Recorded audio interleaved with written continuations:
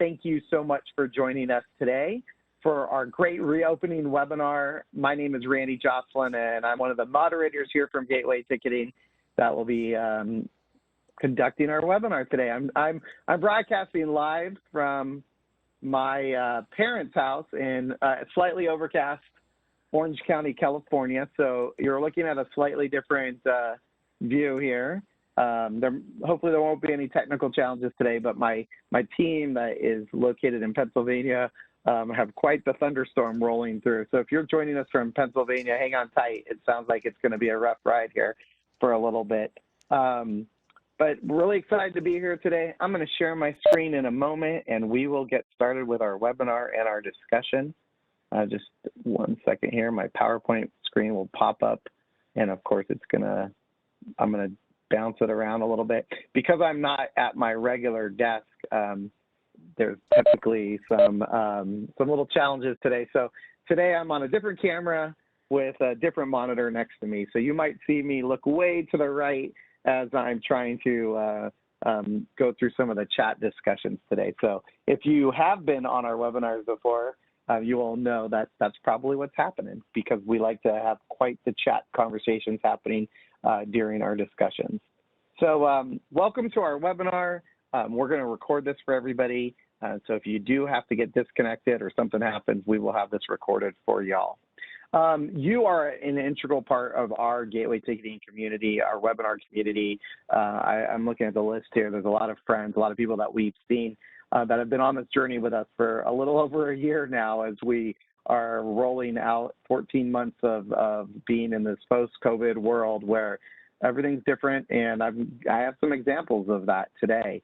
It's really interesting conversation being here in California, and if you, a lot of you are in California, we would love to hear from you. And if you have any questions or comments, please take advantage of the chat. You can see that this WebEx tool that we're using has this chat window, and you can take advantage of those chats by clicking on the Q&A, asking your question, and my team here is going to do our best to answer questions along the way. So please participate in those chat messages.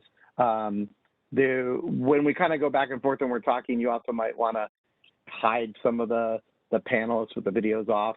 You can do that by looking at the layout and clicking on the grid and hide participants with video. That sometimes is helpful while we are having a conversation, because we're not going to have a slide deck up the whole time. If this is your first webinar Wednesday, welcome. It's a 60-minute chat, community discussion, Q&A format. These are open to the public, and as such, we might have friends from the press here. So if you are joining us today from a press outlet, just let us know who you are. Put in the article or in the chat window who you are, and we'll let everybody know, hey, so-and-so is here from this location. So let us know in the chat who you are. All right, so that is our kind of press statement. We gather bi-weekly and sometimes every 3 weeks, depending on the schedule. We talk about best practices and all these great things. If you've joined us before, you know that.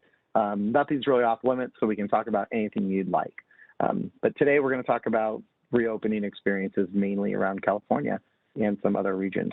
So I'm Randy. That's my contact information right there. I'm the Wildlife and Conservation Principal here at Gateway Ticketing. I'm joined and co-moderated today with my great friend, Greg Banneker. He's our Senior Manager of Marketing from Gateway Ticketing. Hey, Greg.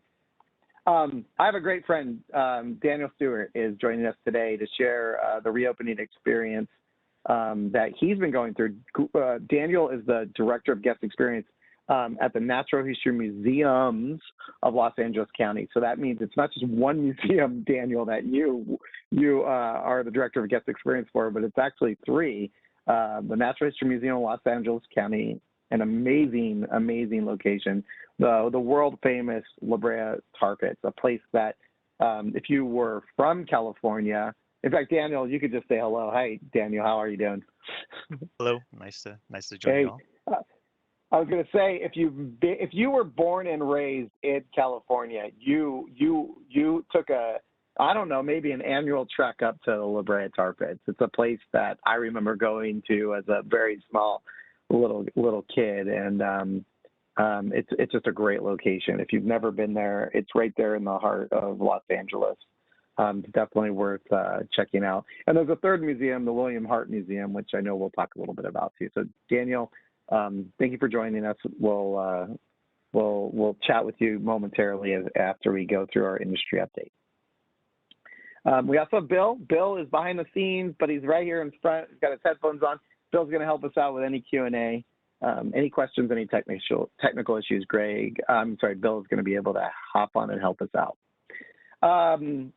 So if you missed some of the webinars and you want to get more information on Webinar Wednesdays, we had a great webinar a couple weeks ago about the future of membership pass programs. It was a very popular webinar. We got a lot of questions about it. If you want to rewatch it, it's online. You can click on the link that we'll be sharing in the chat or in the QA. We'll also send a little email with some of that information out afterwards. Or go to our website, gatewayticketing.com/community, and you can see the recordings and our upcoming sessions. And speaking of membership programs, I wanted to start with some season pass membership news here in California. There's a little bit of a membership war has been heating up, as Knott's Berry Farm, as Disneyland, as these locations are set to reopen. Knott's is throwing down by saying, hey, come and join us. It looks like they've got a $100 annual pass or season pass for Knott's Berry Farm. And they really are wanting everybody to know if you used to be a Disneyland annual pass holder, and Disney, as most of us know, has stopped their membership program, their season pass program. Knott's Berry Farm is saying, hey, come on by. You can go to their website and you can see all their offers. And like Disney, they're going to invite these pass holders first with their season pass holder preview days. Knott's was one of the locations that extended, in fact, all of Cedar Fair extended all the membership programs. So they are definitely welcoming those guests there first with these special season pass preview days. And of course, reservations are required. And I think it's the jury's out to determine, wow, how many annual pass holders, season pass holders can actually come in with reservations. I think that's one of the challenges. If you're a pass holder and you want to go on a specific day, are you able to go? Do you have availability? So interesting news there. And speaking of availability, over in California here, as soon as tickets went on sale, they sold out.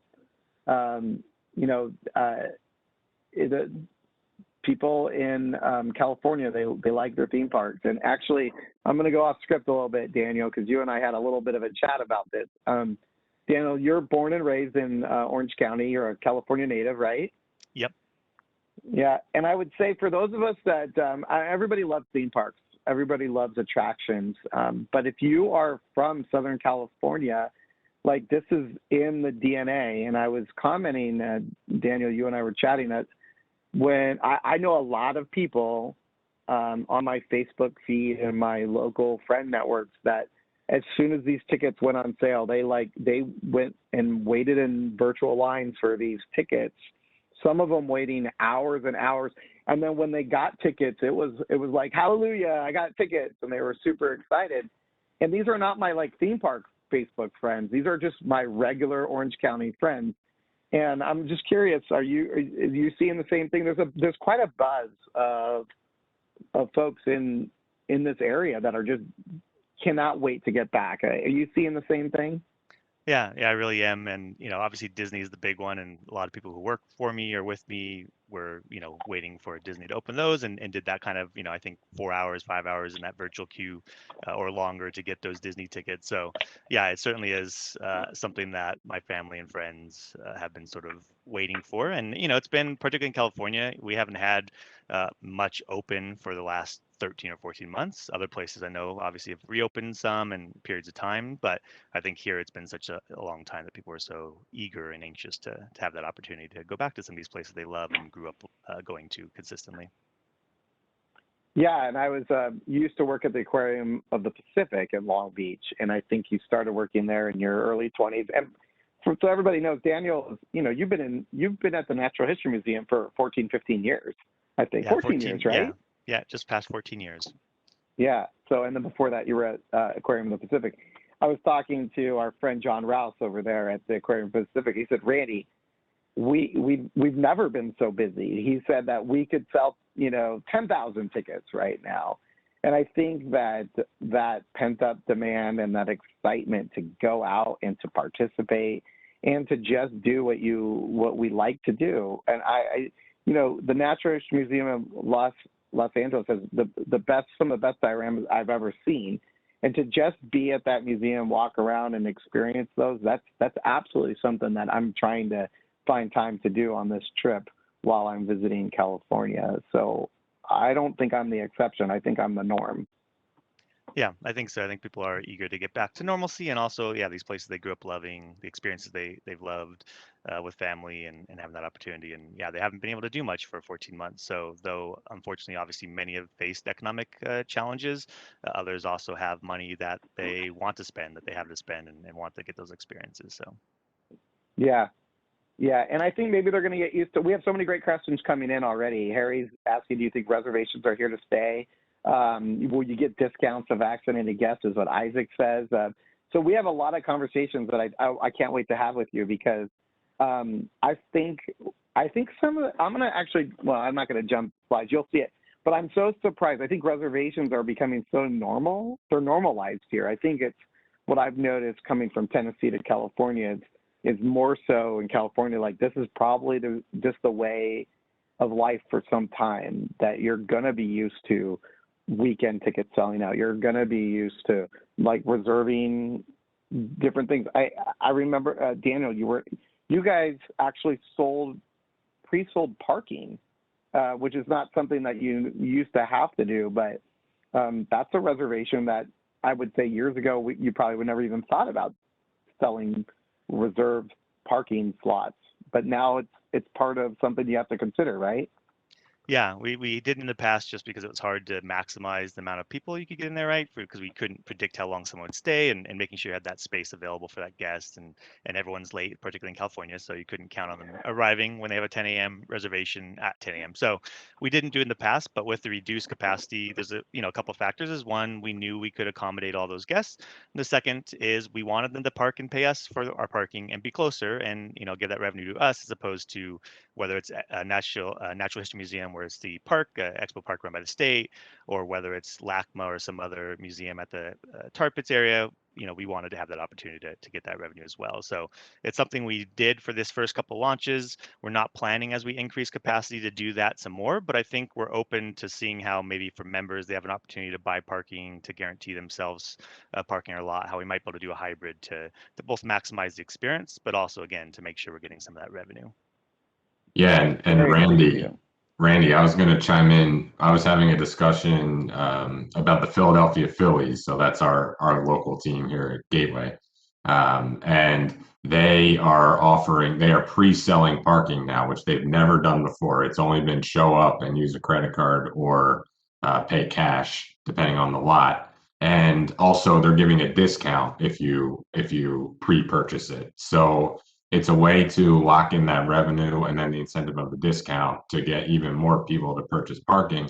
And I really think attractions now, they need a guaranteed revenue stream, and this is one of them. So parking is going to be a big thing. And Randy, as you know, we're doing a Tuesday talks on it coming up, but yeah, parking is going to be a big thing. The other thing we had kind of heard about is when we talk about membership pass for anyone who was on there. Some attractions, I forget who we were talking about, but some attractions now are selling memberships, and a perk of the membership is the right to pay to reserve a time. So not only are you getting the revenue stream of selling the actual membership, which may cost as much as a membership used to, or maybe a little bit less, but members or pass holders still need to also reserve a time, and in order to reserve that time, they also need to pay a small fee. So I think COVID really taught us that reservations are important from a capacity standpoint, but they've also really become a revenue stream now. Yeah, I think, and we were talking about Top Golf, and I'm not sure if I mentioned it here on a webinar, but Top Golf, if you've ever been, you pay for the bay. So Sorry, I got some pop-ups on my screen that shouldn't be popping up. Someone's trying to, Jim, stop texting me. He's a coworker of mine. Apparently I've got Teams still running, so I'll pause my screen and I'll fix that. But Topgolf is really interesting because Topgolf is actually, you know, you pay for the bay, but then you also are reserving a time to actually, like, you pay for the right to reserve a time. So like you're paying twice. So they're using like dynamic pricing to say, oh, in order to make a reservation, you have to pay extra so you could reserve in advance. Otherwise, you're just going to, you know, be at the mercy of whatever is available when you show up. So I definitely do think that there's some great opportunities out there to get as much revenue as possible.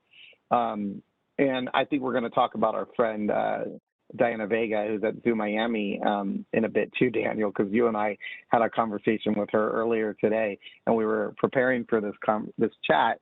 And I don't know if she had said it, but, you know, she had really talked about doing whatever you can to at every area to get as much money out of what, and that's what they focus on. They focus on their high revenue items, specifically their cycles, safari cycles. That's a $2 million program that they've been able to really. It's interesting. It's a if you don't know what it is, it's a little cycle that a family unit can ride together. And I think it's really looking at something like that and saying, wow, a family unit maybe wants to ride together. They are safe together, and they get to experience the zoo in a way that they normally wouldn't have done. And they're paying a lot of money for this, and they're raising the prices. They're also seeing some private VIP tours that they're raising the prices on. So I think there's opportunities everywhere to really focus on experiences. Here's that slide I wanted to share with you guys. I was at Chapman University. I'm out here looking at some colleges for my kids, and here I was blown away. You have to make a reservation to go into a library. And it makes sense that this is something that you would do, but I never thought that there would be like the technology around this in place to reserve your library time. But right here at college, and apparently this is kind of the norm for lots of colleges in California. You want to reserve a time, you go hit the QR code and you log in and you reserve your time for your space. I've also noticed that the college has many tables and chairs. They've reorganized the landscaping of everything. Some other news here in California, really lifting a lot of the reopening restrictions. Initially, California residents or local residents were the only ones that were allowed, but now California is starting to lift some of those restrictions, and you're starting to see that out-of-state travelers might be able to come and start visiting California attractions. I believe museums are. I went on this Blueprint for a Safer Economy site. In fact, I think I've got the screenshot on the next page here, Daniel. So like museums, you're allowed to let everybody in right now because museums are not subject to the California rules around out-of-state visitors. Is that right? Yeah, that's correct. I think from the state level, it was really looking at places that would drive tourism, and they didn't want to do that. And so places like Disneyland or SeaWorld or the attractions were ones that obviously I think were more likely to be driving out of town or out of state guests. So places like ours were not seen as high of a risk. So we just have the capacity restrictions, but not the location restrictions that some of those other places do have. Interesting, yeah, and that makes sense because if you're, you know, a theme park and you're bringing people in from other areas. I was very surprised for those of us who know California. I mean, it encompasses the size of like 4 or 5 states, so there could be definitely pockets of areas. And I believe at one point they were even talking about restrictions from out-of-county visitors. So clearly, if you're large enough, it's something that consider. But when you start having these rules, the problem is that you get some dissatisfaction. And going back to Harry's point about reservations, you know, this is actually a Facebook page. I love SeaWorld. I'm a huge fan. I have passes to SeaWorld. But, you know, when you start lifting these restrictions, you start to get more and more people that are flooding into the lines. And This is a little blurb about maybe there's some non-California residents here and how are they checking, and that process now takes longer. So I think that the balance here that's really difficult, Daniel, is if you, for instance, if you had to enforce that, that would have just slowed you down everywhere. And certainly if you're not Ferry Farm or Disney or Universal who's reopened, it makes it really challenging. So I'm glad for you guys that you don't have to, but if California came back and said that there's that restriction, how would you guys handle that? What would you do, and what would you put in place to make sure that you're only servicing these specific guests? Yeah, I mean, I think obviously we could do things to make sure that orders came from places within the state, but obviously, again, that doesn't mean you're not bringing out-of-state guests or family or friends of that nature. The majority of our tickets, and we'll talk, I think, a little bit more about this, have been sold online, and we've been sold out in advance because of our capacity being so small. I think on the Knott's Berry Farm slide you had, I think it said basically like, we may check your ID to make sure that everyone's from California. So I imagine there's some of those pieces, and I suppose it's a little bit of how much are we needing to really make sure and do that at the top level, or how much is it messaging to say that only people from California are allowed to visit? Because yeah, checking IDs for everyone would, triple, quadruple the length of time it would take to go through that process. So it would be a challenge, and I'm thankful that I'm not in an attraction right now, that I have the museum world and I don't have to focus on those challenges. We can focus on the other ones that we got. Yeah, and I would say it is kind of rough because I have, I brought, I'm out here with some of my kids. One of my kids is living out here right now. But we have platinum passes at SeaWorld, and we were very excited to go to SeaWorld. And being a Tennessee resident, I probably could go, but I'm not fully vaccinated. I am getting my second shot next week. But my daughter's not, and she's not even able to get vaccinated yet. She's not even old enough to have the vaccinations. So I do think that it's hard because I look at these challenges and I'm very frustrated as a fan. I understand the rules, but I could see that frustration. And, those frustrations get passed on to somebody like the director of guest experiences, right? Like you unfortunately have to deal with it when a member doesn't understand how to make reservations. And at some point it is a challenge. And I would say, one of the things that we have to get used to in the future is this kind of state of flux where things are going to change quite a lot. Randy, it does raise a question. So, we instituted all these new policies due to COVID, and we figured out how to make it work, or most of us figured out how to make it work. How do we offer a safe, clean, healthy experience in park?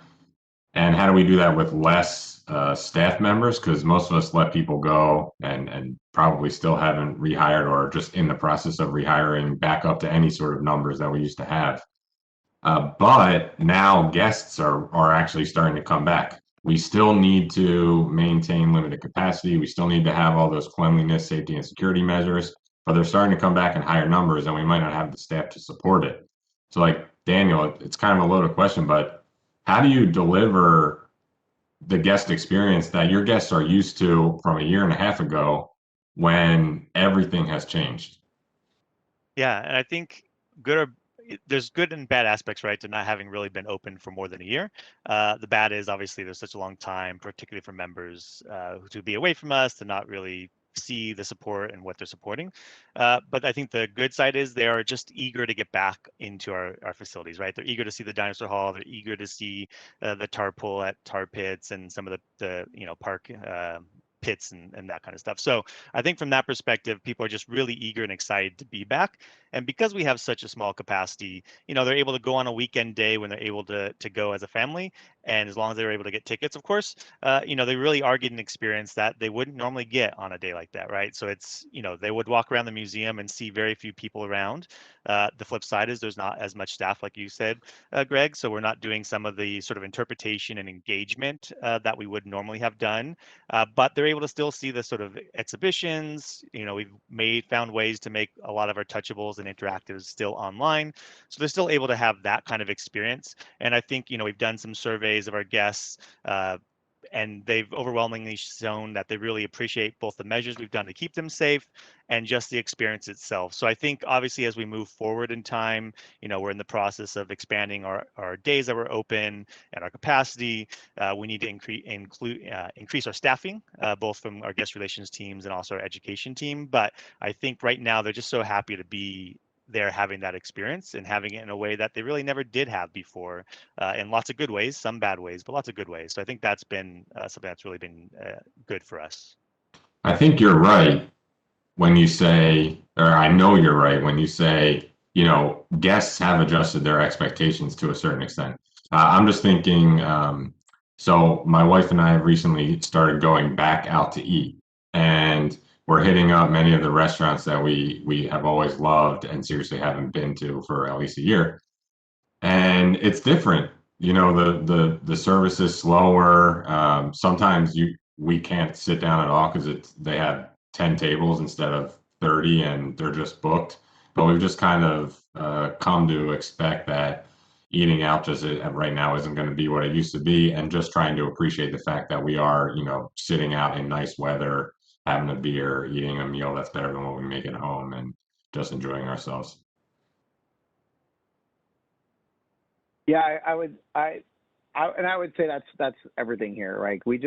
Everybody wants to get back to normal. They want to enjoy everything, and I think that they roll with the punches a little bit. My daughter's at a restaurant. She's a server or a hostess, and there's challenges with that, right? I think that when you go in and you realize that there's going to be some hits as people are, she said it best. She said, Dad, if COVID's taught us anything, we have to have more patience and more flexibility. This is what she said last night to me on the way home, because I was asking her, like, hey, when are you going to get off work? And she had to get delayed because of something related to staffing. So I think that's the key. And that's probably going to be, the number one focus as places do reopen is how do you safely provide a great experience?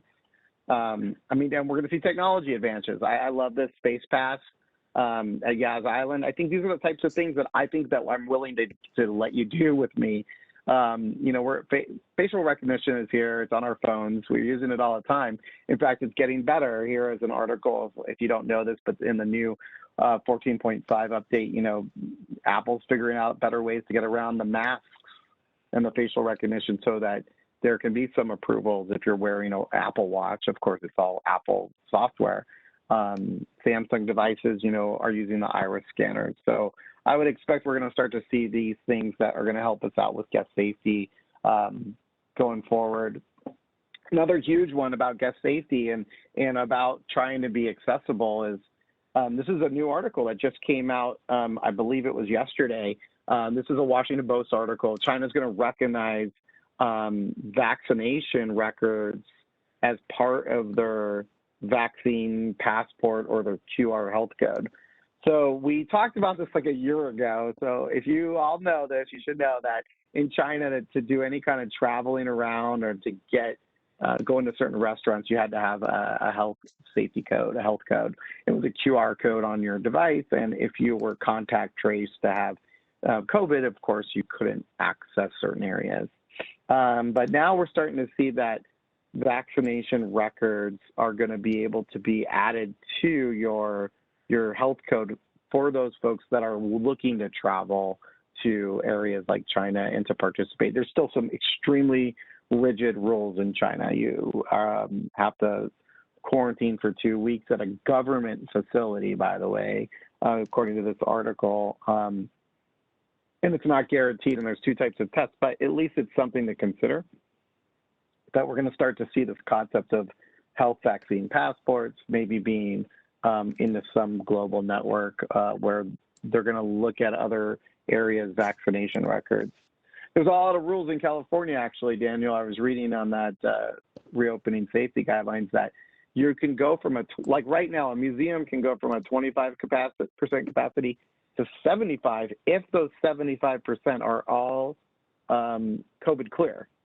So I don't know how you do that, and I don't know if that's something that you really want to do, but certainly for like some special events, if you wanted to have, I guess, a few thousand people, I mean, the museum can hold 10,000 plus probably, but that's something that I guess you could do if you really wanted to. But then, of course, we go back to the how do you service that? How do you test all these people?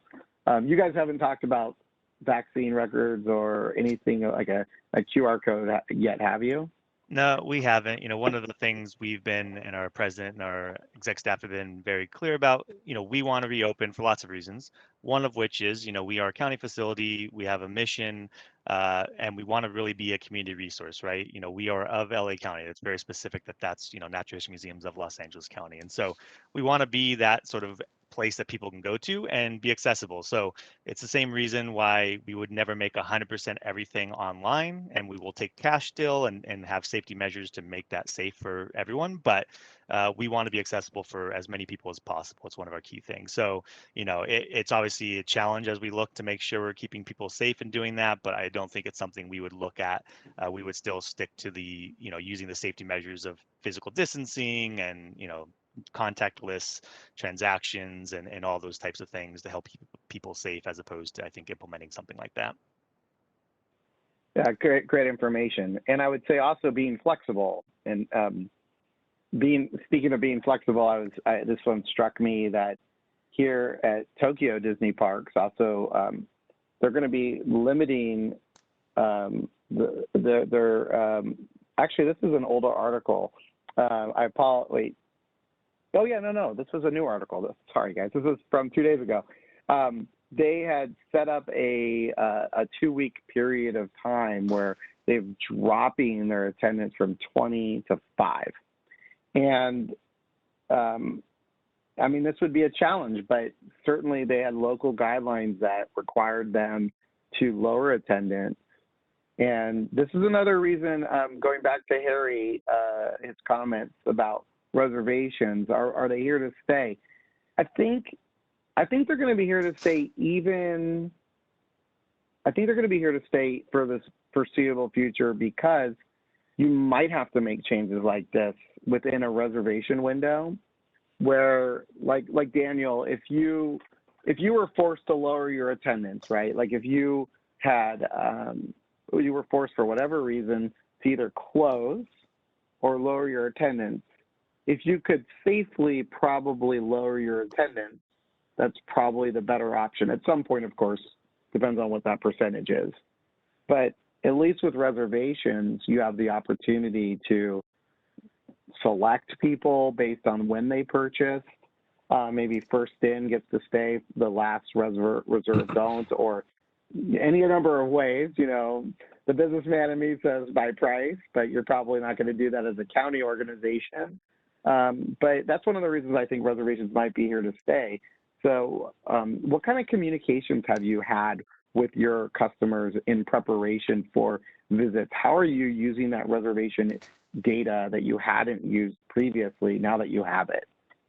Yeah, sure. Part of, and I actually, to be truthful, I don't know if it's currently the restriction, but stuff that we're looking back over summer was going to be for contact tracing. You needed to know everyone who had visited. You need to be able to have contact information for them. So obviously online makes that really easy. We set up a process for on-site to collect that data if we had to, but obviously online, that's helpful for that piece.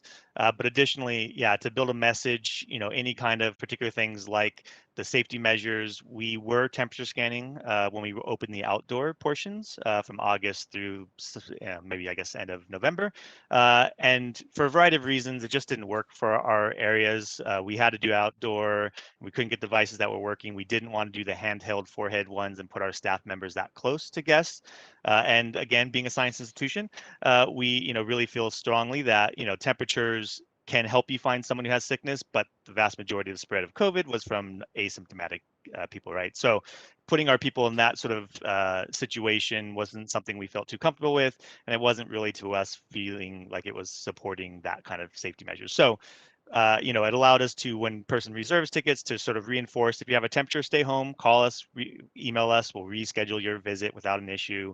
If you've been, in contact with anyone with COVID, all those kind of things, is sort of reinforce that. And then to give, because we hadn't done parking before, to have a chance to message and tell them exactly where to go, give them kind of the heads up, since they were going to be scanning their own tickets, to have their either tickets printed out or on their device, those kinds of things that we hadn't needed to really worry about. We traditionally are 10 to 15 to maybe 20 max percent of our guests going online when we have some kind of like mummies when we had that. So our guests aren't really used to that process, and definitely our members aren't used to have to reserve tickets. So we use those reservations to really be able to send out, detailed information on how to best enjoy a visit, and to make sure they knew what was open and how to get there and how early to get there, and those kinds of pieces of information. Did you have touchscreens available when you reopened? I read a little bit that you might have explored styluses versus non-stylus. You do have interactives in there that help you interpret what you're looking at. I'm curious how you handled that aspect of the experience. Yeah, so at our main site, the Natural History Museum, we did get styluses made to use for those touchscreens, because throughout a number of our halls, the Dino Hall and some of the others, Nature Lab, do have some really important information there, and we felt we could do it safely by having these styluses that we handed out. And also there's elevators at NHM, at Natural History Museum, so having that be another thing that the guests could use to push the buttons and kind of interact there was something we felt good with. At Tar Pit site, there was definitely more interactives that had been added over the last kind of year and a half. And so we kind of reviewed, did it make sense to put them there? But instead, we were able to sort of like videos that would have been a button you pushed. We just took away the button and put it on a loop, so you could still hear that video if you wanted to see it. And then the other ones, we either, sometimes you could clad them in copper and have a regular cleaning sort of regimen around that, and have hand sanitizer nearby for guests to use. And we implemented that. And then some others we just had to take offline because there's no way to make that safe. So we did do styluses at Natural History Museum, and then at Tar Pits, which is some mitigations of either, again, changing some of the infrastructure, or in a few cases, taking it offline to make it safe. Thinking about being safe, you've been quite busy, and so I was about to ask, did you go to Universal Studios here when they reopen in a couple of weeks? Or do you know anybody that has, or anything like that? But the answer is that you've been very, very busy.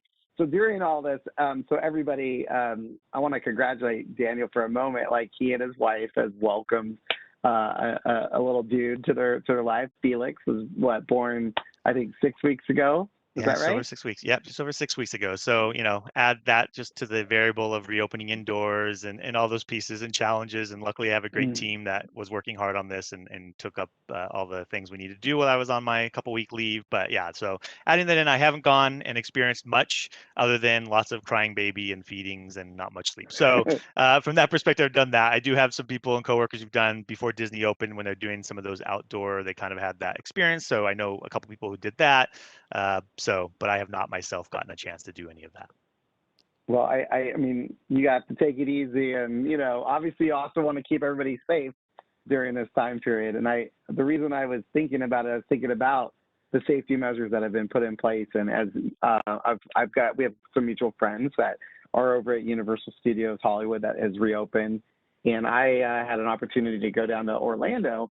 But one of the things that struck me the most was at Universal Studios, the ambassadors, the guests, I'm so sorry, they call them ambassadors at SeaWorld. I'm totally forgetting how, what, not a cast member, because at Disney it'd be a cast member, but the employees at Universal actually bring the hand sanitizer to you. And as you're about to board the rides, they give you a pump and you use it, and they make sure you do it. When you walk into a restaurant, they make sure you do it as well, if it's a self-service one. Looking back, I loved it. I loved that. Now, I wonder about the employees and how close they're getting, but they've probably completely disinfected, being with sanitizer all day. But it's one of those little things that, yes, it's going to cost money, but even if you're a museum and you're walking into a hall and you're about to interact, if somebody is requiring you to use sanitizer, it does give you that sense that this is a clean, sterile environment. And of course, you hand sanitize again on the way out. Just something to think about. I'm just curious if you're doing anything like that with your staff. I'm assuming you have hand sanitizer everywhere, right? Yeah, we have stands, which, back before we closed on March 13th of last year, the couple weeks before that, we'd started to put those in places that the floor staff, us working with education, felt were the areas that made the most sense. And that's kind of what we've continued to Mm. do. And kind of what other people have mentioned, staffing, we've slowly started to bring back staff. We're still getting there. When we do our bigger launch next week and open more days and more capacity, we're bringing back more and more staff there. But we still are emphasizing the need of the operations of getting people in safely by having them scan in as quickly as we can, but safely, you know, adding in the 3D theater, but doing that safely. So those are still are the areas that we're focusing on. And some of that other places like outside of halls, we don't have the staff to do that right now. And so I think as we move forward and as education can be back on the floor more and we can look at that experience of engagement with volunteers, I think that might be an opportunity at that point. But right now, we're still just kind of getting to the place where we're still in that early stages. We opened NHM 3 weeks ago, so April 1st. So, it's not very long we've been open, and Tarbit's a week later. So we're still kind of getting through that stage of it, but we feel pretty comfortable what we've done so far. Hey, Daniel, let's talk a little bit about, local regulations. So every state has their own separate rules, and there's not sort of any unified official regulations. It's based off county or a larger area or state. Uh, so I'm not mitigating what's happened in other states, but it has felt like California has been widely publicized in terms of almost the friction between what the government is sort of allowing and what the attractions want. So what did you do, or what did your museum do to sort of stay abreast of everything that was happening so that you were ready to go when things finally happened? Yeah, so as we kind of mentioned earlier, we are a county facility. And so, one of our exec staff members, per kind of the sort of guidelines of us as running this county facility, has to be a member of the county. So she's in direct contact with our county health, had regular weekly meetings with them to see kind of what numbers we're getting. Our president, the museum, same thing, getting kind of the regular numbers and updates of what we're doing case-wide. And then, sort of just tracking, there's, our California Association of Museums, kind of, looking to Sacramento and asking, why can't we open the indoors if you can open malls and, some of those pieces. And I think, I'm not sure for all of other states, but for, I think most of them, there's a little bit of understanding that we're trying to be safe, but trying to figure out the decisions we're making, what's sort of guiding those decisions. If an indoor mall can open where they probably don't have as much capacity restriction, where they're not really tracking that, but we could, how does that make sense? Now, from the other side of it, for our staff, it was nice, particularly because we found ways to continue to have work for the majority of at least our full-time staff members. So for them not to have to be on site in a world that was, really highly anxious, anxiety given for them was nice, but, just kind of figuring out what makes sense. So it was definitely a challenging process, but our exec staff were kind of regularly in communication with both state and county government to see what was kind of coming up ahead. And, here the state creates the sort of overall guidelines. Counties can be more strict, cities can be more strict than counties, but so that kind of adds those layers of challenges and complications, but kind of working with them to sort of see what we think is going to happen. And, frankly, we thought we might be able to open and fall the indoors. We got 2 weeks away from having that be a possibility. So we were kind of scrambling to be ready to then try to implement bringing back staff. And then the numbers started to spike. And that's kind of when we hit that November, December, kind of really high numbers in California and LA County, where we were hitting more than we had seen at all by far. So that's kind of the way we tried to do it, but it was challenging. It's hard. We wanted to bring back staff when we could, but we also had to be, sticking to financial kind of regulations to make sure we could operate as an institution, right? Like a lot of places we know had to lay off people and a lot of people, but we wanted to make sure we were able to sort of continue to employ the staff we had and didn't have to do any more layoffs or any kind of downsizing that way. So it's been a challenging process, but I think we're hopefully, knock on wood, getting to the end of that and kind of just getting to a place where we'll start to open up more and more and have less restrictions that we need to follow, whether we choose to or not. Yeah, and so actually, that's a great segue. Speaking about staff, someone had brought up a point, and Dan, this is for you, but I don't know if this is as relevant in the museum space, but Randy, maybe for you too, like for theme parks, um, particularly for maybe theme parks or water parks, a lot of staff are younger kids. And forgive me, I don't know, Daniel, if that's the case in museums, but younger kids right now aren't getting vaccinated. Is that an issue? For us, we're not quite probably that sort of late teens that I'm sure some of the water parks and attraction talking about are, but we are definitely young 20s. So they're able to, and the vast majority at this point of our staff have had the opportunity. And again, this is obviously not mandated. We're not telling anyone they have to. We can't. It's completely personal decision of whether to be vaccinated or not. But we feel good because all of our staff have had the opportunity at this point to choose to or not to. So we're luckily don't have to face that challenge. Randy, do you know if that's a challenge that water parks and theme parks are facing, or are they taking the same approach? It's not mandatory, so. Yeah, it's not mandatory, and certainly it's not even required. I mean, if you look at the same group of people, you know, I have a whole bunch of them that I live with that are teenagers. You know, they don't need vaccinations to go to school either, right? And so they're in the same kind of groupings and whatnot. I don't know if it's a labor challenge as much as it's just they're probably just not going to be doing it. There's a very small segment of my kids' peers that are even interested in getting the vaccination. And that's just reality. It's in some areas that they have the opportunity and some they don't, but they're just not that interested in getting it. It's probably because these are the same people that just are looking at COVID as, well, if I get it, and a lot of their peers have had it. I mean, I would probably throw out 50% of the peer groups. If you looked at the schools that I visited or that my kids that go to, like probably 50% of their peers have had it. But it's been like a blip because it just really hasn't done much for them personally. And there's probably a lot to look at about how does a teen or young adult view the world in terms of feeling, you know, pretty invincible in those regards. And but yeah, I mean, obviously there's a whole social conversation around that.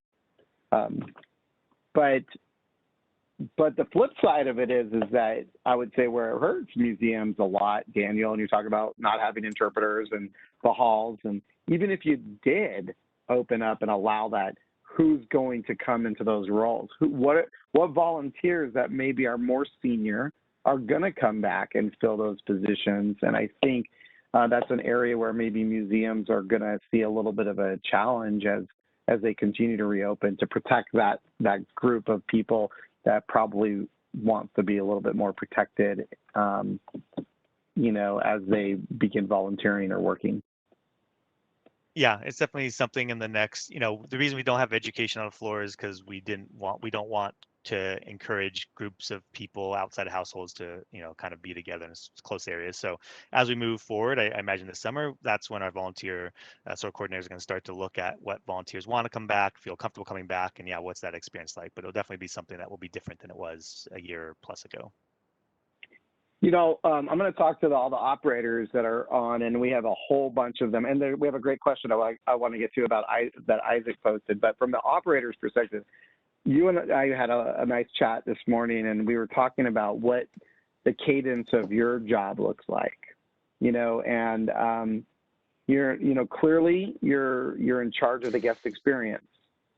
But as you know, employees take up space too, right? Employees take up capacity as well. And we probably have a responsibility to try to limit and keep all of our executive level employees and all these other employees that maybe aren't always guest facing. So I think what you and I were chatting about, that was interesting. And I've seen that on my friends at Universal as well. Sometimes I'm like, hey, are you up at Universal today or this week? Because I was trying to coordinate a visit to see my friends, and not at Universal, but like just socially. And they said, oh, no, I'm actually, I'm home today, the next few days, I'm working from home. And I was like, you're working from home and your attraction is open? So I think going forward, maybe somebody like you that has lots of meetings might not need to go to work. And so what are you guys talking about in terms of from an HR perspective, how are you taking care of your non-guest facing employees? Yeah, so to your point, you know, there's lots of shared spaces, you know, office spaces. The challenge has always been a challenge for us. So, you know, people are packed to in an office, and so obviously early on it was alternating. So there's, you know, you wouldn't be on the same day as someone who's out in your office as well.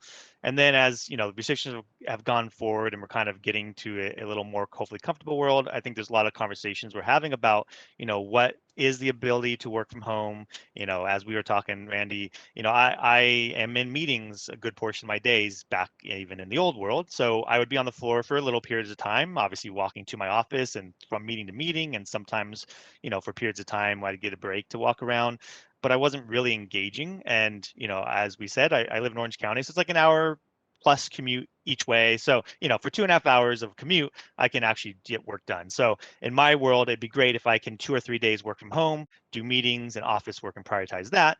And then the days I'm on site, I can actually focus on that guest experience, engaging with the staff, engaging with our guests and focus there. And I think from, like you're saying, from HR, it's not just my role, it's not just admin. There's all sorts of different pieces that have to be looked at, equity and making sure, that we're doing our best to sort of make this the environment we want for all staff. So I think those are the conversations that are definitely happening now. And we'll see kind of, I think, over the next 2 or 3 months as an institution, what we sort of decide is the best kind of mix of that. But I think it will be more of a mix than ever before. We were not very much a remote working environment. It was much more of an old kind of traditional show up to work environment. And so I think there's going to be a little bit of changes to that. And that tugs at our heartstrings a bit, because you and I both love to manage while walking around, right? It's a style that I know I've seen you in action, and you do a great job of it. But, it's to be more purposeful when we are doing that, making sure that, yeah, this is when I'm going to be in, and this is what I'm going to do, and this is how I'm going to do it safely. So I think that's a challenge. We should probably, it actually came up as a topic, and it might come up as a topic again as a future webinar, about the shift of management styles and leadership styles during COVID, because, you do need to be there for a great mentor type of relationship with your younger staff, people that are learning the trade. But how do you do that most effectively with COVID? So I think that conversation will be great. I'm going to have this one question. I love it, actually. Isaac Paisley says, are indoor attractions like museums beginning to emphasize ventilation versus surface cleaning? And I think that's a great conversation. And I'll preface it with this. I was going online to make sure that my flight home was good. And right there at the top of the Southwest website, they're very clearly talking about ventilation, about recycling air every 2 and 3 minutes. And sure, surface cleaning, I just take it, face value that I hope they surface cleaned, right? And I bring out my own cleaning materials to sanitize my, little airline seat. But yeah, have you guys talked about that? Have you done any changes during this time period? I'm really curious to hear how you're positioning that for your guests. Sure. Yeah.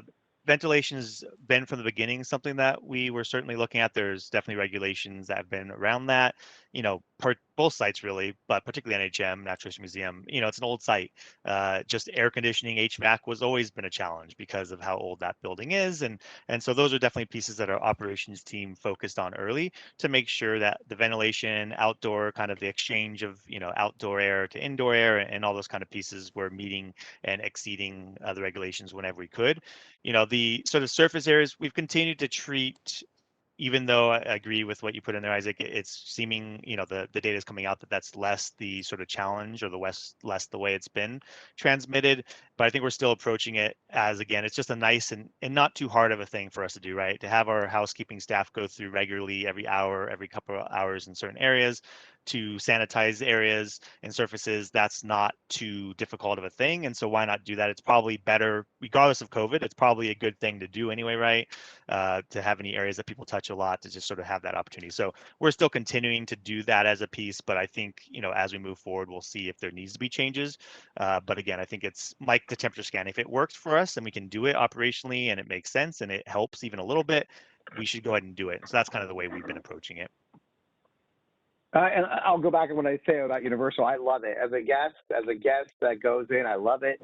I wish the airline would do it. I mean, if I walked on the airline and they were like, some of the airlines gave me a little Ziploc bag. It's got my little hand sanitizer, but like, why, I'm so surprised. Like, they should just put that on the seat. Like, it should be the first thing you see, right?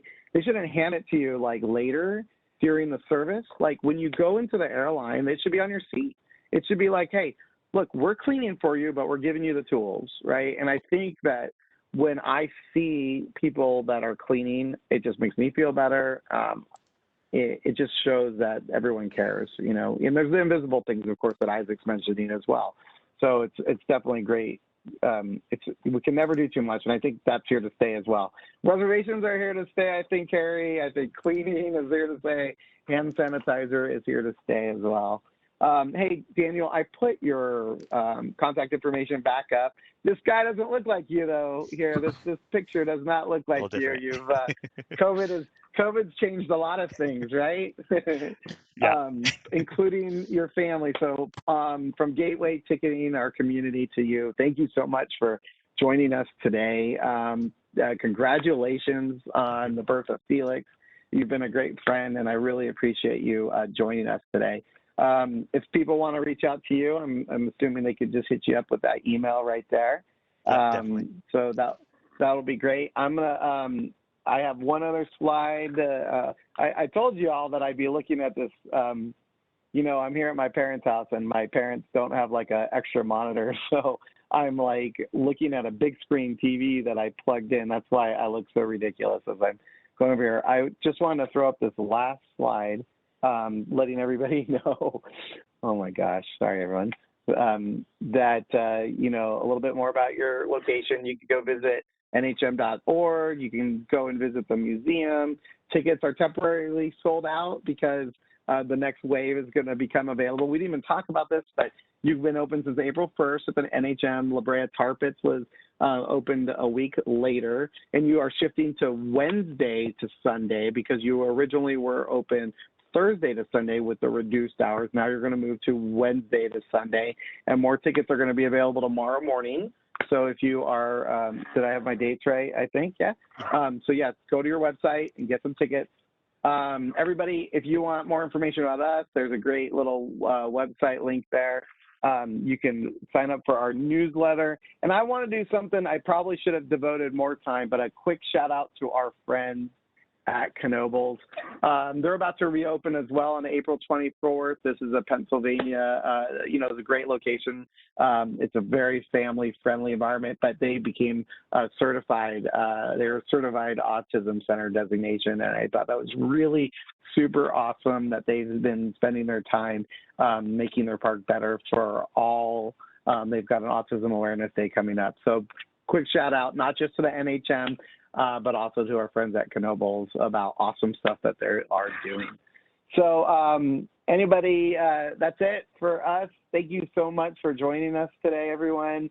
Daniel, again, thank you very much for joining us. And everybody have a great afternoon and be safe, and we'll see you in a couple weeks.